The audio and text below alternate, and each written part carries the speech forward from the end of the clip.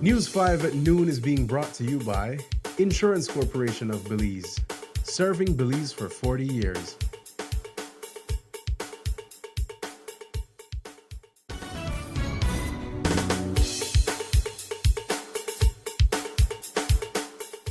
Good afternoon, Belize. It's midday and you're tuned into the news at noon, where we bring you the latest updates from around the country.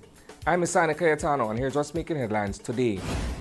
Brazen Belize City shooting claims life of 38-year-old Ricardo Escobar. 4 dead in Orange Walk after a house fire linked to domestic violence. Over 1,200 domestic violence cases reported in 2024. One woman speaks out. And Ministry of Health empowers students with scholarships in key medical areas. These stories are coming up in just 1 minute. When I was a student, ICB was there to protect me, ensuring my education and future. When I got my first car, ICB was there to protect me, providing excellent coverage and peace of mind on the road. When we moved into our first apartment, ICB was there to protect us, securing our belongings and giving us a sense of security. And when we got our first house, ICB was there for us, protecting our home and everything we've worked so hard for. At every step of your life's journey, ICB is there for you. For more information, call 224-5328 or visit our nearest branch. Welcome back. A deadly shooting occurred in Belize City just before 11 o'clock last night. The victim has been identified as 38-year-old Ricardo Arturo Escobar. Reports say Escobar was on Nurse Finley Crescent when gunfire erupted. Someone opened fire, hitting him multiple times. He was rushed to the Carl Houston Memorial Hospital for medical treatment, but sadly, doctors couldn't save him. Police are now investigating what led to this brazen attack and who's behind it. We'll keep you posted as more details become available. It's been 2 days since tragedy struck in San Felipe village in the early hours of Monday morning. A fire that claimed the lives of 35-year-old Angelita Magana and her 6-year-old son Tishan Godoy. Earlier today, we learned that 2 more lives have been lost as a result of that same horrific incident. Angelita's 17-year-old daughter, Shadia Magana, and the man accused of starting the blaze, Francisco Godoy, have both succumbed to their injuries. Police say Godoy allegedly broke into his ex-partner's home in Orange Walk district, doused her with gasoline while she and her family slept, and then set the house on fire. Angelita and her son never made it out. Shadia, her stepfather Miguel Novello, and Godoy managed to escape, but they all suffered severe injuries. Authorities confirmed Godoy had recently been released from the prison after serving time for domestic violence against Angelita, who had tried to protect herself by filing for a restraining order. The Magana family is mourning yet another devastating loss, and the community is left shaken, raising urgent questions about the rise in violent crimes against women. Here's a perspective from Health Minister Kevin Bernard. I'm very saddened by what happened, but sometimes you beg the question, what went wrong? From what I understand, the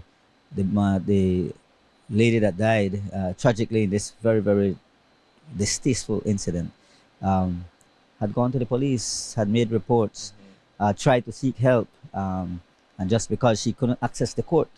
And I question, not because a judge is not there, there must be some mechanism in place that you can address and support this individual. And so there's much more that needs to be done when it comes to that. And it's a whole of society approach that I think has to, because it's not just about when a wife or a woman goes to a police station and make a complaint, and because they feel, oh, the husband and wife gonna get back together today, tomorrow, or you don't take the matter serious. I think every complaint should be handled seriously, taken seriously, and has to be addressed. And I think we need to do much more. I am going to say that openly. We must do much more, but not just the government, not just the police, every one of us. If we know of people suffering in silence, let us help. Let us reach out to the authorities. Let us ensure that these people get the necessary help. Belize is reeling from a series of heartbreaking incidents involving domestic violence. According to the Crime Observatory, more than 1,200 reports of domestic violence were made to police in 2024. That's about 2,000 more cases than the year before. And As we've seen in recent headlines, some of these incidents end in tragedy. In our 5-point breakdown, we hear from someone who knows this pain all too well, a survivor who's trying to turn the page but can't escape the shadows of her past. Belize City resident Raisha Nicholson opens up about why she stayed in an abusive relationship for 4 years and what finally gave her the strength to walk away.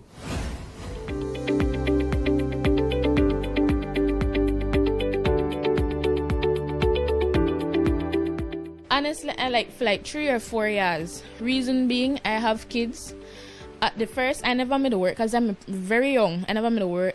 If I'm going to go through my own thing with my people name because I understand a little bit my mama bakes because I get pregnant as a teenager. So I stay. If I live from where I got to go, how my baby I get take care of, how I feed myself. So I stay and I go back. I not got nothing else to do. I actually left a relationship that my uncle, my say cousin, pa. My uncle made a cry and my granny at time and my uncle cry and my uncle talk to me and my uncle say you have to love yourself. You have to love yourself and get yourself out of a situation because if you don't love yourself, at some point you are resent yourself because you stay in a relationship because of your kids. You are end up the resentment after a while and you not even want to notice it. And when my uncle stopped talking to me, I realized that it was true. I was starting to treat my kids a certain type of way without even realizing it.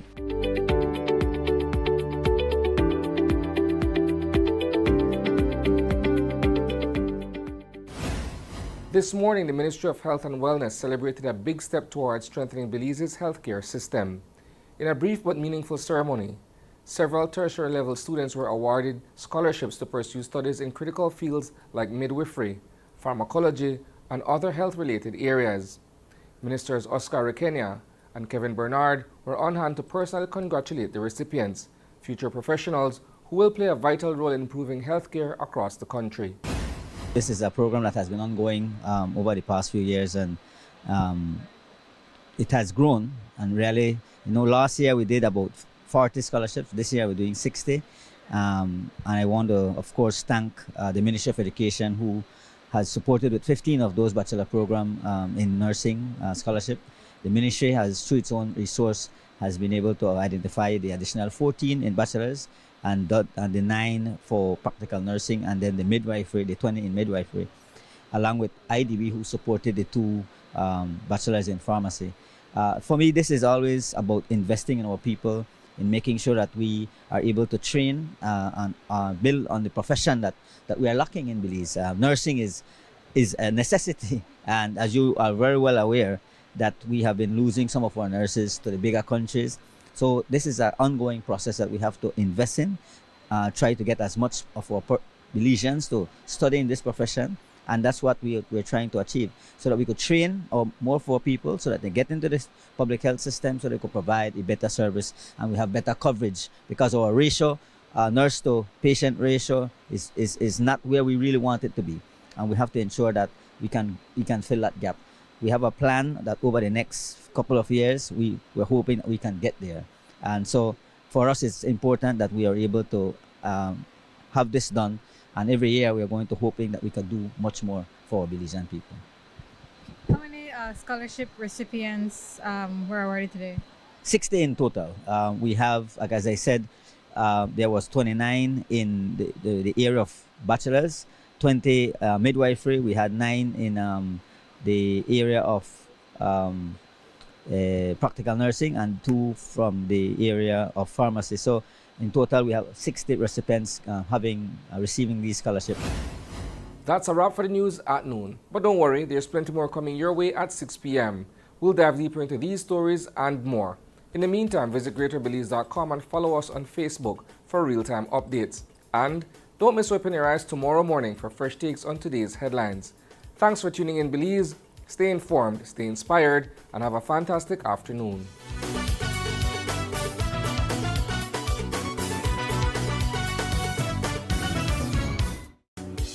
News 5 at noon was brought to you by Insurance Corporation of Belize, serving Belize for 40 years. Are you passionate about your community? Got a nose for the news? Greater Belize Media is expanding, and we want you We're calling on correspondents in every municipality across Belize to join our dynamic newsroom. Share the stories that matter. Be the voice of your own. Step up. Speak out. Join Greater Belize Media, where your story begins.